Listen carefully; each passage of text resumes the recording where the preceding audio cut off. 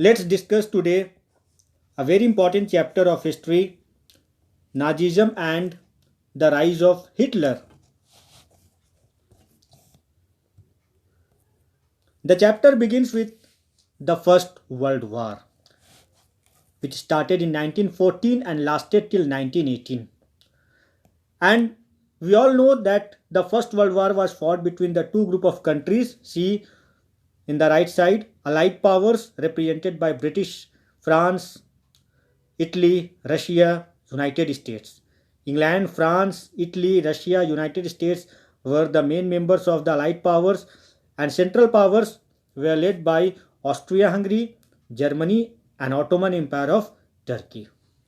We do not have to uh, look into the causes of the First World War. Only we have to see that what effect First World War has produced on Germany, which finally prepared a way for the rise of Hitler or for the rise of Nazi dictatorship. So, what were the result of the First World War? Germany surrendered, and Allies imposed Treaty of Versailles on Germany. In fact, every countries of Central powers had to sign a separate treaty with that of Allied powers. Okay, Treaty of Sevres was signed by Allied power with Turkey. Treaty of Neuilly was signed with Hungary. Treaty of Saint Germain was signed with Austria. Similarly, Treaty of Versailles was signed with Germany. And by the Treaty of Versailles, we all know that Germany was greatly humiliated. Germany declares it. This treaty declares Germany guilty for war, and Germany was forced to pay a huge war reparations of $6 billion. And after the First World War, we should know that after the First World War, the Allied powers, particularly the Allied powers, had formed League of Nations in order to prevent reoccurrence of such type of war in the future. We should also know this. Okay, but this League of Nations failed to achieve its objective, and as a result of which Second World War was started. And after the Second World War, like that of League of Nations, United Nations organization was formed, which still working today. Now, what happened after the First World War in Germany? Germany lost First World War, and at that time Germany was under the rule of Kaiser Wilhelm II. He fled from the country. In fact, अगर आप कैसर William second के बारे में पढ़ोगे तो he was largely responsible for the First World War. But it would be wrong to say that he was only responsible for the First World War, but his policies were largely responsible for plunging the world into the First World War. So, after the First World War, a new government was formed that was known as Weimar Republic, and Friedrich Ebert was elected the leader of the people in Germany. But that, a constitution was also formed in Russia, and that was known as the Weimar Constitution. And in this constitution, president hold all the powers, and below president there were the chancellor and army. Who were the chancellor? See, just below chancellor, Riksdag. Actually में यहाँ पे रिक straight लिख दिया गया है. यहाँ पे आप देखिए, just on the right side, Riksdag. This Riksdag was the parliament of Germany, and the party who get the majority of seat in Riksdag, that party forms the government like that of our country, who get the majority of seat. And then that winning party who get the majority of seat in Riksdag, they select among themselves one person to be the chancellor. So chancellor is nominally appointed by the president. Okay, and he had all the real power. The real power is in the hand of chancellor. We should remember it. So there was a separate post for president and separate post for chancellor. जैसे हमारे India में है prime minister, president. Prime minister के पास real power होता है, but prime minister is always appointed by the president. Similarly in Germany chancellor had the real power, but he is always appointed by the president. लेकिन आपको ये जानना है, जब Hitler Germany का लीडर बना था ना, तो वो खुद अपने आप को प्रेसिडेंट भी बना लिया था और चांसलर भी बना लिया था. वो अपने आप को कहता था Führer. Führer means president plus chancellor. मैं प्रेसिडेंट भी रहूंगा और चांसलर भी रहूंगा. दोनों पोस्ट को हिटलर ने अपने पास रखा। खैर, see the left side, after the first world war Weimar republic had to face many problems. The government was weak, many political parties, they were not agreed with this government of Weimar Republic. They blamed Weimar Republic for surrendering in First World War, although Weimar Republic was not responsible for it. और जितने भी मतलब गुस्सा था Germany के लोगों का, वो फूटा वाइमर रिपब्लिक पे। वाइमर रिपब्लिक मतलब कि हम कह सकते हैं कि वाइमर रिपब्लिक की सरकार बनते ही वाइमर रिपब्लिक का to face a lot of opposition from the people, because the people were of the view, they were angry with this government of Weimar Republic because of its signing of the Treaty of Versailles with Allied power. तो Weimar Republic को allied power के साथ treaty of Versailles की संधि sign करनी पड़ी थी, इसीलिए गुस्सा था लोगों को वाइमर रिपब्लिक ने क्यों ट्रीटी ऑफ वर्साइल साइन किया। लेकिन वाइमर रिपब्लिक की जगह मैं आपको बता दूं कोई और सरकार रहती ना तो उसको भी ट्रीटी ऑफ वर्साइल साइन करना ही पड़ता। हारे हुए देश को जीते हुए देश की हर बात माननी पड़ती है। तो वाइमर रिपब्लिक की जगह अगर कोई भी रहता, हिटलर भी रहता है ना, तो उसको भी ट्रीटी ऑफ वर्साइल साइन करना ही पड़ता। खैर, तो Weimar republic had to face a lot of problem. The basic problem which he was facing, the government was facing, was the opposition from many strata of German society. See here, first of all let's deal with the treaty of Versailles. What was this Treaty of Versailles? This Treaty of Versailles was signed by Allied power with Germany after the First World War. Treaty of Versailles. Versailles is a place in France. We have studied about Versailles in the French Revolution also, where we find that Versailles क्यों famous है France में, क्योंकि वहाँ पे France के राजा का बहुत बड़ा पैलेस बना, बहुत बड़ा महल है जिसको लुइस 14 ने बनाया था, है ना। तो Versailles is famous for its grand palace of the French emperor which was constructed by Louis 14। खैर, let's deal with, come back to the Treaty of Versailles. The Treaty of Versailles was a peace settlement signed after the First World War in 1918. It was signed at the Versailles Palace near Paris between Germany and the Allies. और George Clemenceau, David Lloyd, George Woodrow Wilson, ये सब conference में main leaders थे। और ये treaty को sign किया गया था, डेट आप याद रखोगे 28 जून 1919। And what were the effect of this Treaty of Versailles on Germany? Germany lost all its overseas colonies. Germany के सारे कॉलोनी छीन लिए गए। जर्मनी को डिमिलिटराइज कर दिया गया, मतलब जर्मनी की सेना को बहुत कम कर दिया गया, है ना। It was significantly reduced. Then Germany held responsible for the war that was very painful for Germany. War compensation of $6 billion was imposed upon Germany, and a very fertile region of Germany, that was Rhineland, occupied by the Allied powers. See the paper cutting of that time. Wilson leaves Paris to attend the conference where the Treaty of Versailles was signed. So, what were the effect of the war on Weimar Republic? Weimar Republic was financially crippled due to heavy war compensation. इतना ज़्यादा compensation बोल दिया गया Germany को देने के लिए कि उस समय जर्मनी की हालत भी बहुत ख़राब थी फर्स्ट वर्ल्ड वार की वजह से, उसको भी काफ़ी नुकसान हुआ था। It was practically impossible for Weimar Republic to pay the whole amount to the allied power. So supporters of the Weimar Republic जो थे, such as the democrat, socialist, Catholic, ये सबको टारगेट किया लोगों ने, और इन लोगों को नवंबर क्रिमिनल्स कहा जाता था। और हम लोगों ने पढ़ा भी है कि जैसे वाइमर रिपब्लिक की सरकार बनी उसी समय एक रिवोल्ट भी हुआ था, that was known as the Spartacist rising, the revolt of Spartacist League in 1919, that was led by their leaders Karl Liebknecht and Rosa Luxemburg, and they wanted to create a state based on communist ideas. And later on, although this Spartacist rebellion was suppressed by the government of Weimar Republic, okay, but later on it was these Spartacist League who formed their party known as the Communist Party of Germany, whose aim was to establish the Soviet style of government in Germany, but they never been able to fulfill its objective.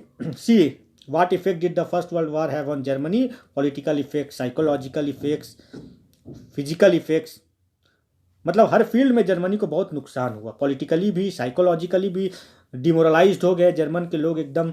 जो German अपने आप पे काफ़ी गर्व महसूस करते थे कि हम लोग जर्मन है, हमारा सिविलाइजेशन काफ़ी ग्लोरियस रहा है, ठीक है, वो सारी चीज़ ख़त्म हो गई, है ना। ह्यूमिलिएट किया गया, डिमोरलाइजेशन हो गया लोगों में, अनार्किकल सिचुएशंस आ गई जर्मनी में, बहुत जगह पे हंगामा हुआ, जुलूस और प्रोसेशंस निकाले गए, स्थिति बहुत ख़राब हो गई जर्मनी की। और फिजिकल इफेक्ट्स में एग्रीकल्चर, इंडस्ट्रियल सिस्टम ऑल वे कोलैप्स्ड इन जर्मनी।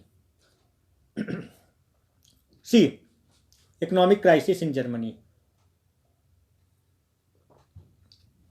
जर्मनी को जो वार रिपरेशंस इम्पोज किया गया था तो वो गोल्ड में पेमेंट करता था, ठीक है। बाद में गोल्ड खत्म हो गया, सोना का डिप्लीशन हो गया। इन 1923 व्हेन जर्मनी रिफ्यूज टू पे, जर्मनी ने बाद में बोल दिया कि मैं रिफ्यूज अब नहीं, जितना अमाउंट दिया, थोड़ा बहुत अमाउंट दिया, बाद में जर्मनी ने कहा कि मैं अब जितना पेमेंट नहीं कर पाऊंगा। तो फ्रांस ने क्या किया, जर्मनी का एक इंडस्ट्रियल विजन था रूर, उसको अपने कब्जे में कर लिया। इसके बाद जर्मनी और फ्रांस के बीच में दुश्मनी जो है ना और ज़्यादा, मतलब क्या कहता हूँ, बढ़ गया। It aggravated this action taken by France aggravated the animosity between Germany and France.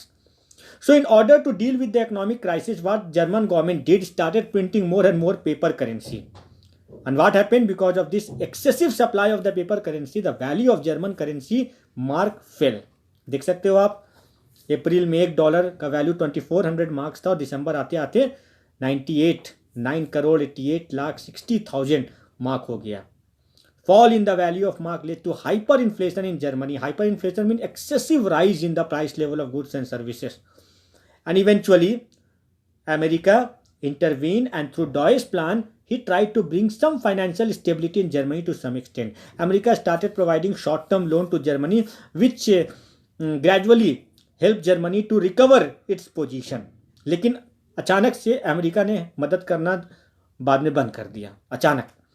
तो अमेरिका की मदद से थोड़ा बहुत जर्मनी संभल रहा था, थोड़ा बहुत, बहुत ज़्यादा नहीं, थोड़ा बहुत रिकवर कर रहा था। लेकिन अचानक 1929 में खुद अमेरिका की स्थिति खराब हो गई because of economic depression, and America stop extending help to Germany. See the great depression, पढ़ना नहीं है हमें ग्रेट डिप्रेशन के बारे में, लेकिन थोड़ा बहुत जान लो कि 1929 से 33 तक में अमेरिका इकोनॉमी में इतनी ज़बरदस्त मंदी आई, डिप्रेशन आया। मंदी मतलब चीज़ों का दाम जब बहुत कम हो जाता है तो ये इनकम, प्रोडक्शन, एम्प्लॉयमेंट को बहुत बुरी तरह से असर करता है। तो अमेरिका में बहुत सारे banks, because of this depression, large number of banks in America way close down, stock market crash कर गया, millions of people they became unemployed, okay. Fall in the demand led to the fall in the productions, which finally led to increase in the unemployment, है ना। स्थिति बहुत America की खराब हो गई, 5-6 साल लग गए अमेरिका को अपने आप को संभालने में। और इस बीच अमेरिका किसी जो मदद जो थोड़ी बहुत करता था वो किसी देश को, वो मदद करना भी अमेरिका ने बंद कर दिया। और खासकर को जर्मनी को बहुत बुरा असर पड़ा ग्रेट डिप्रेशंस का। ग्रेट डिप्रेशंस ने, मतलब हम कह सकते हैं कि जर्मनी को मिलने वाली मदद जो है ना वो बंद कर दिया ग्रेट डिप्रेशंस ने। See what were the effect of great depression on the economy of Germany? Reduction in industrial production, reduction in the wages, unemployment. इतनी ख़राब स्थिति हो गई थी, आपने पढ़ा भी था कि जर्मनी के लोग गले में प्लेकार्ड लगा के घूमते थे, है ना, willing to do any type of work, कोई भी तरह का काम करने के लिए हम तैयार हैं। इतना ख़राब, इतना ग्रीम सिचुएशन हो गया था जर्मनी में।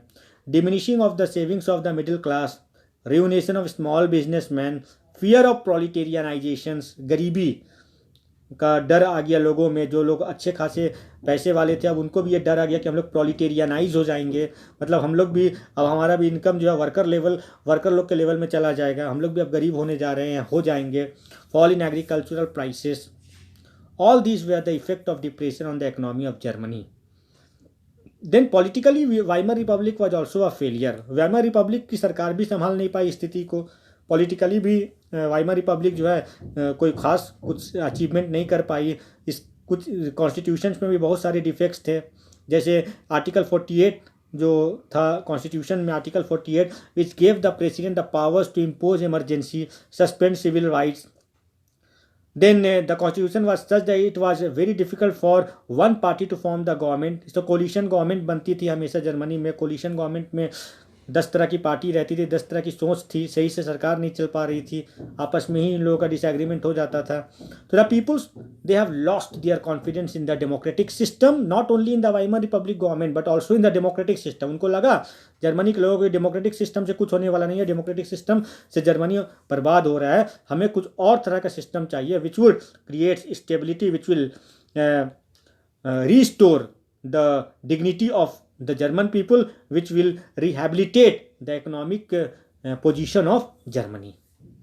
और यही सब सिचुएशन का फायदा उठाया हिटलर ने, है ना. और Hitler capitalises this situation and started making a ground for acquiring power in Germany. See, let's talk about Hitler now. Hitler's rise to power. 1889, Hitler born in Austria. 1919, Hitler joined the German Workers' Party, which was later renamed as the National Socialist German Workers' Party or Nazi Party. 1923, Hitler planned to seize control of Bavaria. He marched to Berlin, the capital of Germany, but failed. In 1928, the Nazi Party decided to contest election in order to form the government, but Nazi government got just merely 2.6% votes in the Reichstag. In 1932, Nazi party became the largest party of Germany. 32 के election में Nazi party को जबरदस्त vote मिला. 37% of the votes was the majority, and Nazi party under the leadership of Hitler came to power. And during his election campaign, Hitler made various promises to the people, which created a lot of confidence in the people, among the people, and it also increased the popularity of Hitler. Hitler promises to make Germany a strong nation, to undo the injustice of the Treaty of Versailles, to restore the dignity of the Germans, to provide employment, to weed out all foreign influences. And what was the principle of Nazism? Nazism एक ideology है जो Hitler के साथ ही ख़त्म भी हो गया. बाद में किसी ने भी नाजिज्म आइडियोलॉजी को प्रपोंड करने या नाजिज्म आइडियोलॉजी को फॉलो कभी नहीं किया, अभी तक तो नहीं किया. नाजिज्म प्रिंसिपल था कि डेमोक्रेसी नहीं होनी चाहिए, they are against democracy, they are against communism, they advocates limited rights and freedom to the people, they believe in the supremacy of only one race, that is the Nordic German Aryan race. Totalitarianism, they believe that all the power should be vested in the hand of the state and the people should be made subordinate to the state. Now, after coming to power on 30th January 1933, President Hindenburg offered chancellorship to Hitler. Then, on 28th February 1933, Hitler suspended the civic rights of the people. Freedom of speech, press, assembly, सब खत्म कर दिया गया. कुछ भी बोलने का अधिकार आपको नहीं है, मतलब आप सरकार के खिलाफ कुछ बोल नहीं सकते हो. प्रेस, न्यूज़पेपर अब सरकार के फेवर में ही लिखेंगे. They will not criticise, they could not criticise the government. Freedom to assemble, you could not form any association, any organisation, any party. There shall be only one party, that is the Nazi party in Germany. Large number of communist were sent to the newly established concentration camps. The communists were regarded as the great enemies of the state. Then on 3rd March 1933, Enabling Act was passed which gave Hitler all the powers. You should remember this Enabling Act. Hitler ने सारा power अपने हाथ में ले लिया. Complete control, established complete control over the economy, media, army and judiciary. Then a large number of police forces were also organized such as Gestapo, Secret State Police, SS, that is the Protection Squad, Criminal Police and the Security Service, that is SD. Then the foreign policy of Hitler, what were the policy of Hitler towards the other countries? Very aggressive policy adopted, imperialistic policy उसने adopt किया. First of all Hitler withdrew Germany from the League of Nations, से Germany को बाहर किया क्योंकि Hitler considered League of Nations to be the instrument in the hand of the Allied power. Then Hitler reoccupied Rhineland in 1936. He integrated Austria with Germany in 1938. He wrested German speaking Sudetenland from Czechoslovakia. Czechoslovakia से Sudetenland इसने अपने कब्जे में किया. वहाँ German लोग ज़्यादा रहते थे इसलिए Sudetenland is a part of Germany.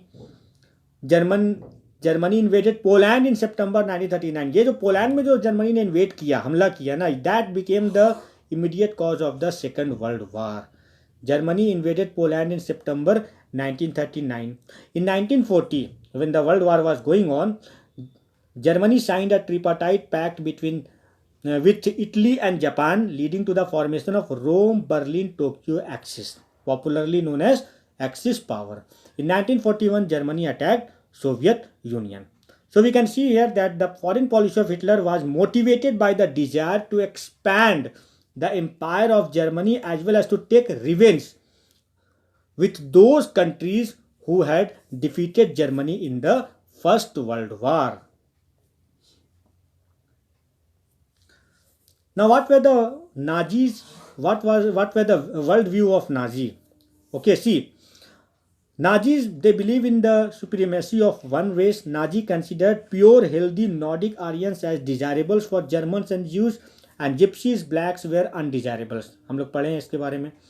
Why the Jews were so much hated? They were treated very badly in Germany. They were considered as killer of Christ. They were barred from owning and land, survived through trade and money lending, and lived in a separate areas called as ghettos.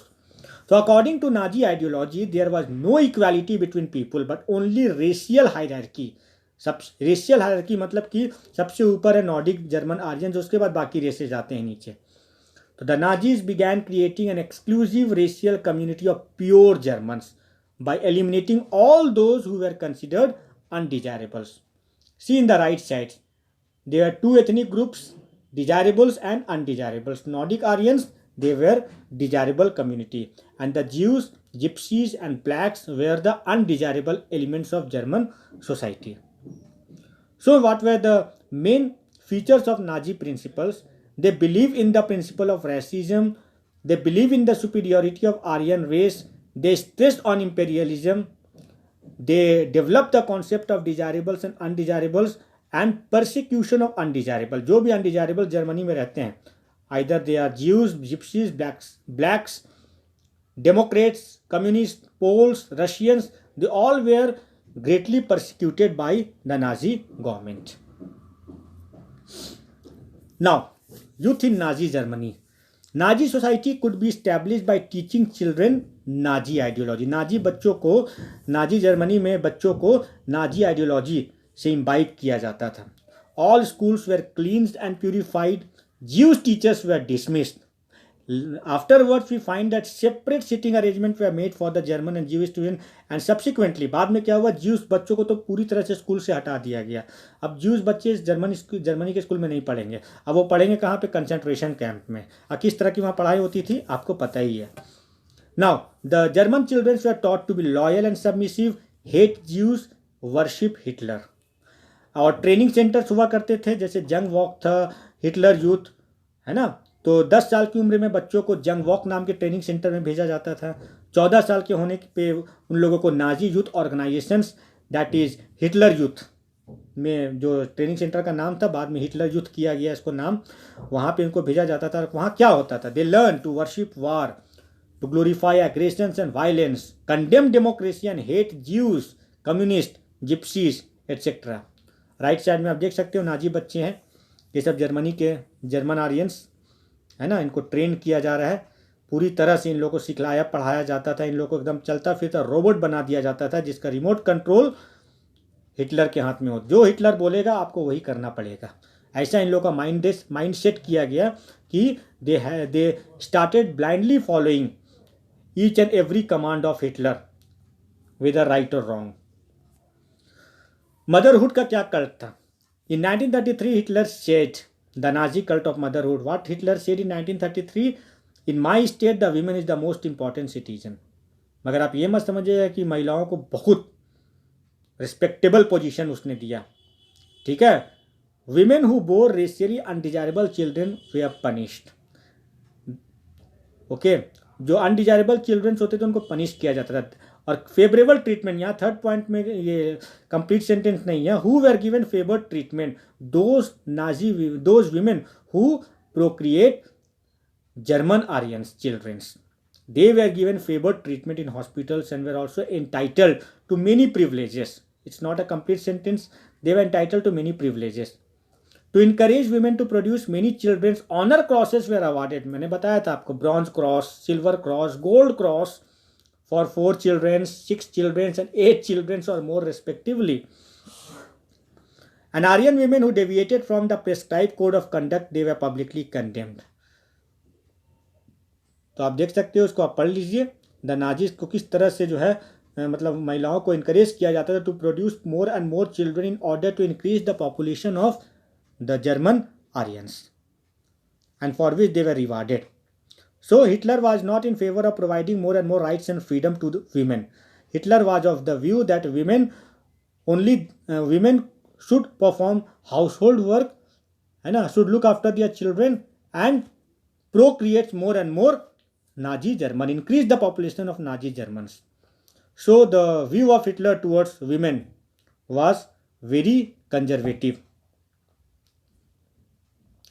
It was not, we can say that his view was unprogressive as far as the rights of women are concerned. Now, the art of propaganda, mass killing of the undesirables in Nazi Germany was termed as what? They were termed as special treatment, final solutions, selections, disinfections. Evacuate करने का मतलब क्या होता था कि evacuate कर दो इन लोगों को, मतलब इन लोगों को भेज दो कहाँ पे? गैस चैम्बर में, है ना, which were called as disinfection area. वहाँ पे इनका डिसइंफेक्शन होगा। ये they all are infected, the Jews, the gypsy, they all are infected. ये लोग इन्फेक्टेड है, ये लोग डिसइंफेक्ट हो जाएंगे।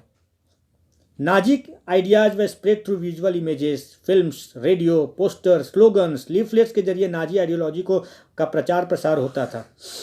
Propaganda films were made to create hatred for Jews who were referred to as vermin, rats and paste.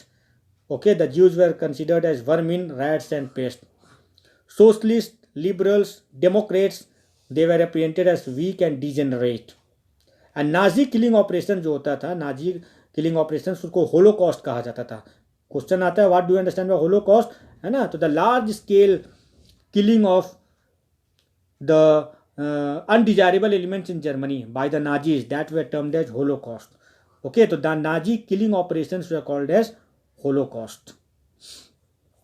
ये कुछ photos है जो थोड़ा डिस्टर्बिंग है, लेकिन मैं आप चाहता हूँ कि आप लोग इसको देखिए। ये देखिए आप, ये गैस चैम्बर है। इसी गैस चैम्बर में जो है ज्यूज लोगों को, जितने भी अनडिजायरेबल्स उन लोगों को डाल के जो है ना बंद किया जाता था, और फिर शावर होता था जिससे पानी निकलता है, बाथरूम का शावर, उससे गैस निकलता था, पॉइजनस गैसेस। और थोड़ी देर के बाद जब वो दरवाज़ा खोला जाता था गैस चैम्बर का, सारे लोग मरे हुए रहते थे।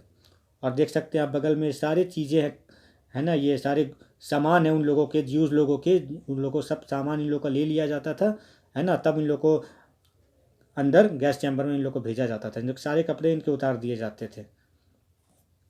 ये देखिए आप, ये वे टू कंसंट्रेशन कैंप का एक कंसंट्रेशन कैंप है। मुझे लगता है शायद ये ऑस्ट्रिया का कंसंट्रेशन कैंप है। बाकायदा रेलवे लाइन बनाया था हिटलर ने, है ना। एक खास ट्रेन की बोगी होती थी जो ज्यूज लोगों को वो बोगी में बैठाया जाता था, और वो ट्रेन के जरिए, है ना, ये कंसंट्रेशन कैंप के अंदर डायरेक्ट वो ट्रेन चली जाती थी कंसंट्रेशन कैंप के अंदर। अभी भी ये सारे कंसंट्रेशन कैंप जो है ना इसी तरह as usual as it is है जर्मनी में। अब इसको स्मारक बना दिया गया है for those who have lost their lives inside the concentration camp. अब देखिए राइट साइड में विक्टिम ऑफ कंसंट्रेशन कैंप, देखिए ये मुझे लगता है ये जीव है, कोई जीव लेडी है, हड्डी का ढांचा बन चुकी है। ये स्थिति हो जाती थी कंसंट्रेशन कैंप में, मतलब मौत से भी बदतर जिंदगी हो जाती थी, वहाँ पे बना दी जाती थी। ये देखिए ज्यूज बच्चे कंसंट्रेशन कैंप में बिहाइंड बार्ब्ड वायर्स। ये तार को छूने की भी कोई हिमाकत नहीं कर सकता है, क्योंकि इसमें 24 घंटे तार करंट फ्लो करते रहते हैं। आप छुए तो आपकी दर्दनाक मौत। Inside the camp you see the Jews childrens. यहाँ पे देखिए आप, ये भी कैंप के ही अंदर का बैरक है, सेना का बैरक की तरह कैंप बनाया जाता था। देखिए मैंने लिखा है स्केलेटन्स इनसाइड द कैंप। वहाँ के रहने वाले लोग स्केलेटन की तरह ही हो जाते थे, skeletons inside the camp. So these are some of the images and photos which is witnessing the brutality shown by Hitler towards these innocent peoples. Now I am going to show you a short video regarding this chapter. Just watch and enjoy. 1918 and the First World War is finally over. As punishment for losing, Germany's two wartime allies, the Austro-Hungarian and Ottoman empires, were carved up shortly afterwards. The pressures of defeat plunged Germany into chaos, and as a result, the Kaiser abdicated. Revolution and counter-revolution were the order of the day, and in the small town of Weimar, Berlin was too dangerous, the Weimar Republic was declared. The next year, the Allies signed the Treaty of Versailles, which dictated the terms of Allied victory. This territory was lost, and the Rhineland was occupied by the Allies. Germany further had to reduce its military massively, pay war reparations, and also had to accept almost full responsibility for the war's outbreak. So this new Weimar Republic was one of the most democratic nations in the world at that point. Suffrage was granted to everyone over the age of 20, including women. The German people could vote on two aspects of the national government. Every 7 years they voted on a president who presided over the German parliament, the Reichstag. Every 4 years people would vote for political parties in national elections for the Reichstag via a system known as proportional representation, whereby the percentage of votes nationally dictated the percentage of seats in the Reichstag. The president could call elections whenever he felt and also had the important job of appointing the chancellor who ran the government and could propose laws. These laws had to be passed by a majority vote in the Reichstag, and since no party ever got 50% of the seats, that meant that parties would have to cooperate.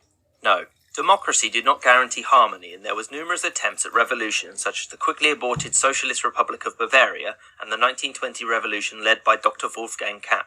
Kapp seized Berlin, and the German army refused to attack him because there was a strong belief that Germany had only lost the war due to political betrayal. Kapp's revolution was only ended by a general strike which ground the country to a halt. This turmoil did not help the German economy, and eventually Germany missed a war payment. The French wished to punish the Germans for this, whereas the British wanted leniency. The French government decided that if the Germans would not pay them, then they'd simply take the money instead, and in 1923 the French occupied the heavily industrialized region of the Ruhr. The reason for this was that German reparations could be paid in raw materials, many of which were produced there. Another way that German reparations could be paid was in foreign currencies, which were paid for by printing more paper marks. This created the hyperinflation that the Weimar Republic is famous for. For example, in January 1923, a loaf of bread cost 163 marks, and in early November in 1923, the same loaf of bread cost over 75 billion marks. In November 1923, another attempted revolution occurred in Munich, led by a certain Adolf Hitler and undertaken by the SA, the military arm of the National Socialist German Workers' Party, better known as the Nazi Party. This revolution failed when other nationalist politicians refused to help Hitler and the army was called in.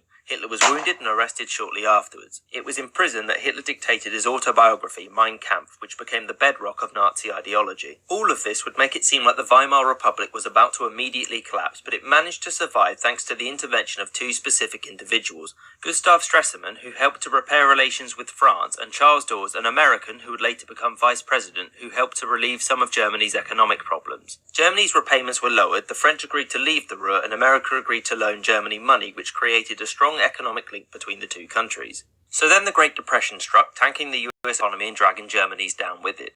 Hindenburg, the president of Germany at the time, failed to get the Reichstag to agree on a response, or anything. As a result, he had to invoke Article 48, which allowed the president to pass laws without the approval of the Reichstag in times of emergency. The biggest problem with Article 48 was that there was no definition of an emergency, meaning it was open to abuse. The German people turned to different political parties to fix the problems. Some chose communism, whereas others placed their faith in the National Socialists. The Nazis believed that the German-speaking peoples should be united in a single state. They argued that communists and the Jews were the enemies of the German people and as such had to be removed. The Nazis were popular because they wished to disregard the Treaty of Versailles, which many Germans considered insulting. They also wished to limit any foreign involvement in German affairs by limiting the rights and numbers of foreigners in Germany.